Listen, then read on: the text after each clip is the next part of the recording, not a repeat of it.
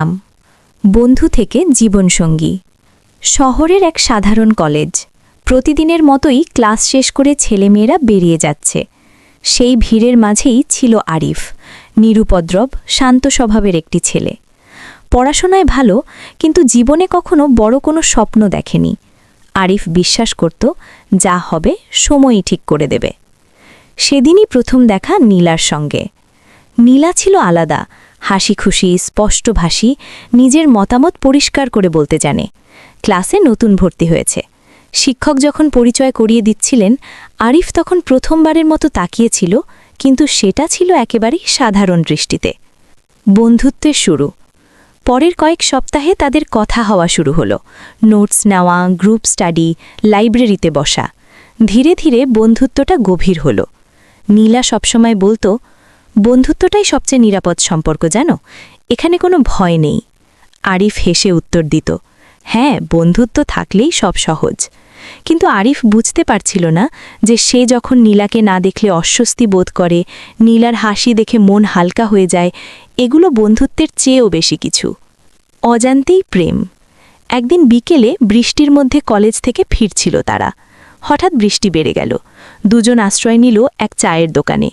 নীলা চুপচাপ জানালার বাইরে তাকিয়েছিল। আরিফ হঠাৎ বলে ফেলল, তুমি থাকলে আমার সবকিছু সহজ লাগে। নীলা চমকে তাকালো, কিছুক্ষণ চুপ করে থেকে বলল, আমারও তাই। সেই মুহূর্তে দুজনেই বুঝে গেল, বন্ধুত্বের সীমা পেরিয়ে গেছে তাদের অনুভূতি। সম্পর্কের স্বীকৃতি। কয়েকদিন পর আরিফ সাহস করে বলল, নীলা, আমি তোমাকে ভালোবাসি। নীলা হালকা হাসল, চোখ ভিজে উঠল। আমি জানতাম, আমিও তোমাকে ভালোবাসি। তারা সিদ্ধান্ত নিল সবকিছু ধীরে চলবে, পড়াশোনা শেষ করবে, তারপর পরিবারকে জানাবে। পরিবারের অমত। কিন্তু বাস্তবতা সহজ ছিল না।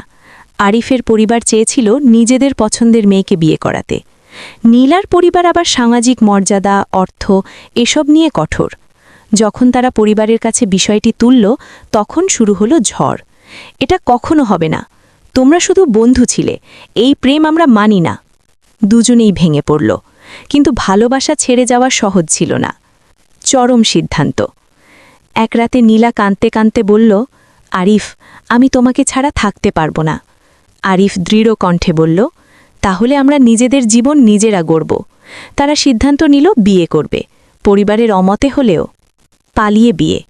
ভোরবেলা তারা শহর ছেড়ে চলে গেল অনেক দূরের এক জেলায়। ছোট্ট এক কাজী অফিসে কোনো আড়ম্বর ছাড়াই তারা বিবাহ বন্ধনে আবদ্ধ হল। নীলা বলল, আজ থেকে তুমি আমার পরিবার। আরিফ জবাব দিল, আজ থেকে আমরা একসঙ্গে সব লড়ব। সংগ্রামের দিন। নতুন শহর, নতুন জীবন, ছোট ঘর, অল্প টাকা। আরিফ টিউশনি শুরু করল, নীলা সেলাই কাজ শিখল। কষ্ট ছিল, কিন্তু অভিযোগ ছিল না। রাতে একসঙ্গে বসে তারা বলতো, ভালোবাসা থাকলে সব ঠিক হয়ে যাবে। পরিবারের উপলব্ধি। এদিকে বাড়িতে ঝড় উঠেছে। বাবা মা যখন বুঝল যে ছেলেমেয়েরা সত্যিই চলে গেছে, তখন রাগের জায়গায় আসল ভয়।